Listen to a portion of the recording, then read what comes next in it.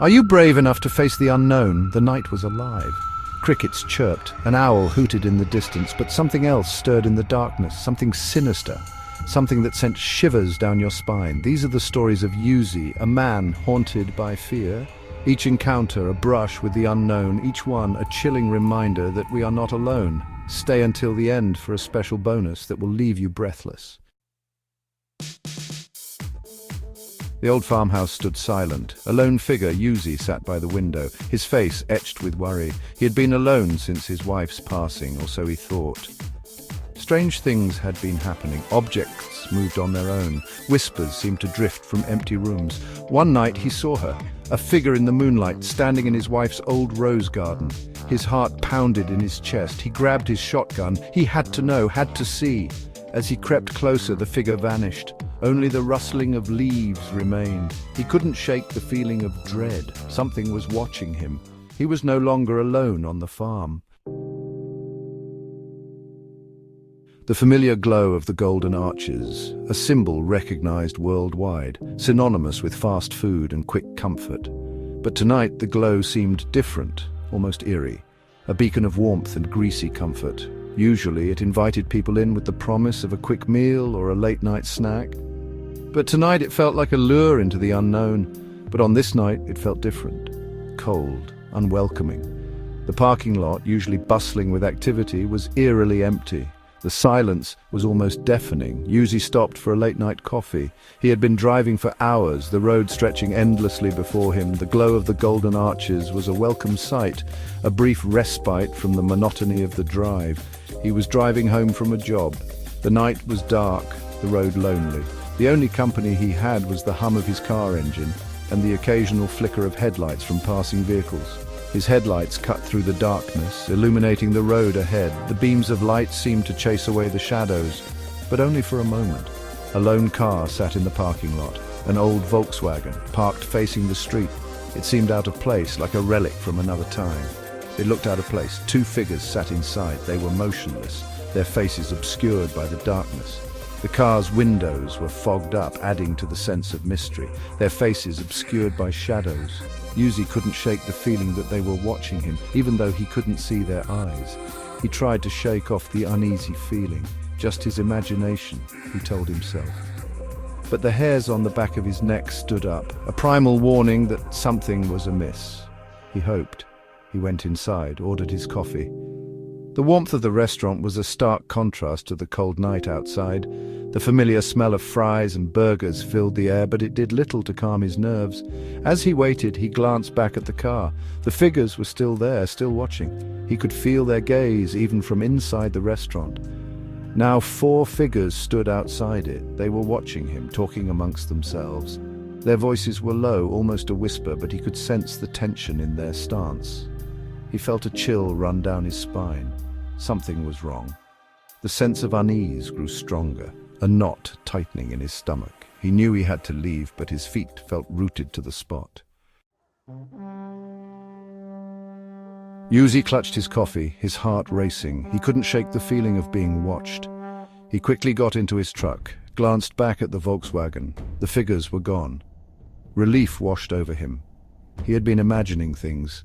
As he pulled out of the parking lot, he saw him, a figure standing under the streetlight. He couldn't make out his face, but the figure was staring at him. Yuzi's blood ran cold. He knew then. He was being followed. He stepped on the gas. The figure disappeared from view, but the fear lingered. He was a target. He didn't know why. He didn't know who they were. But they were out there, watching, waiting. Section 5. The Stalker's Game. Days turned into sleepless nights. Yuzi saw the Volkswagen everywhere, at the grocery store, at the gas station, always watching, always there. He felt hunted, trapped in a nightmare he couldn't escape. He went back to the McDonald's, talked to the employees, showed them a picture he had snapped of the Volkswagen. One of the employees recognized the car, her ex-boyfriend, a dangerous man. She confirmed Yuzi's worst fear. He was being stalked. She told him about the restraining order, the threats, the harassment. Yuzi realized he was in over his head. This wasn't just a game anymore. This was serious. He needed help. As Section 6 echoes of the past, in the quiet town of Ravenswood, whispers of the past lingered in the air like the mist that clung to the old cobblestone streets. The town held secrets buried deep within its history, waiting to be uncovered. Yuzi's fear led him to seek answers. He'd always been a curious soul, drawn to the unknown, but this time it was different. The fear gnawed at him, pushing him to the brink of desperation, to a place where time seemed to stand still. The path was overgrown, forgotten by time, yet it called to him, urging him to follow. An abandoned church on the outskirts of town, 198 Elmwood Avenue, it stood as a silent sentinel watching over the town with its dark, hollow eyes. A place shrouded in whispers and local legends. Tales of ghostly apparitions and unexplained phenomena had been passed down through generations. He had heard stories as a child, stories that filled his nights with fear and wonder, tales that made him question the boundaries between reality and the supernatural, stories that made his skin crawl, the kind of stories that lingered in the back of his mind, resurfacing in the dead of night. He stood before its crumbling facade. The once grand structure now lay in ruins, a testament to the passage of time and the weight of forgotten memories. The windows, dark and hollow, they seemed to stare back at him, as if holding the secrets of the past within their depths. The air thick with the scent of decay. The smell of damp earth and rotting wood filled his nostrils, a reminder of the church's long abandonment. He wasn't a religious man. Faith had never been a part of his life, yet he felt a strange pull towards this place, but something drew him to this place, some unexplainable force. It was as if the church itself was calling out to him, beckoning him to uncover its secrets. He cautiously pushed open the heavy wooden door. The weight of it resisted him, as if trying to keep its secrets hidden. Its hinges groaned in protest. The sound echoed through the empty halls, a ghostly reminder of the church's former life, as if warning him to turn back. He stepped inside.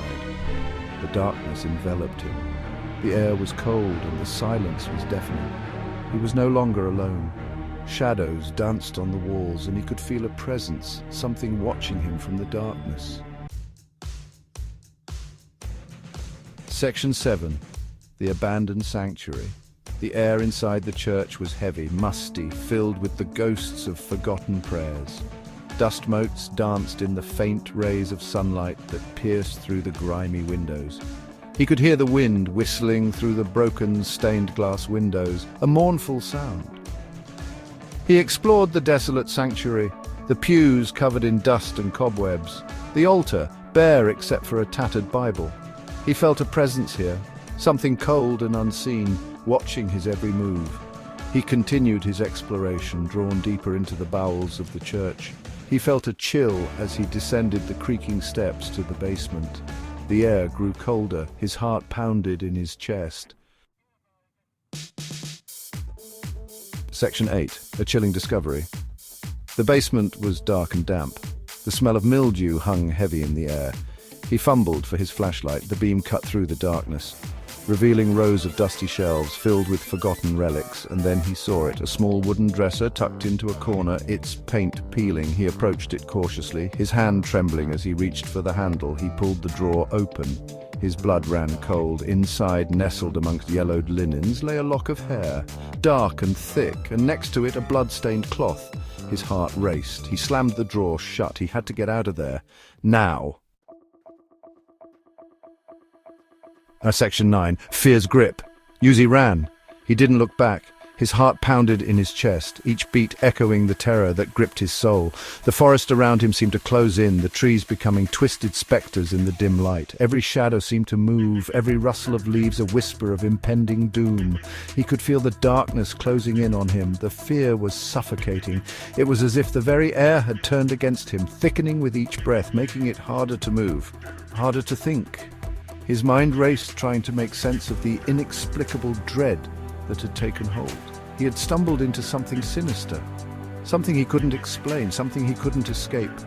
The abandoned building loomed ahead, its broken windows like eyes watching his every move. He hesitated, knowing that entering might be his only chance to hide, yet fearing what might lie within. He never went back to the church. The memories of that night were too vivid, too haunting. The old church, once a place of solace, had become a symbol of his deepest fears. He could still hear the echoes of his footsteps on the cold stone floor, the feeling of unseen eyes watching him from the shadows. He never found out who the stalker was. The figure that had pursued him through the woods remained a mystery. Was it a person, a spirit, or something far more sinister? The questions gnawed at him, but the answers remained elusive, hidden in the darkness, but he never forgot the terror. It stayed with him, a constant companion. In quiet moments, he would find himself back in that forest, the fear as real as it had been that night. He would see the shadows moving, hear the whispers in the wind, and feel the cold grip of dread around his heart. The feeling of being watched, of being hunted, it was a sensation he could never shake. Even in the safety of his home, he would catch himself glancing over his shoulder, expecting to see those eyes staring back at him. The paranoia seeped into every aspect of his life, a shadow he could never escape. He lived the rest of his days in the grip of fear, haunted by the unknown. The years did little to dull the edge of his terror. As he grew older, the memories only seemed to grow stronger, the fear more palpable. The forest, once a place of adventure, had become a prison of his own making. The encounters stayed with him. They were etched into his mind, a series of vivid flashbacks that played out in his dreams and haunted his waking hours. He could never escape the feeling that something was out there, waiting for him, watching him, a constant reminder that some things are best left undisturbed. The forest held secrets, dark and ancient, that were never meant to be uncovered. He had learned this the hard way, and the lesson had come at a great cost. The peace he once knew was forever shattered, that some doors should never be opened. The warnings were there, but he had ignored them.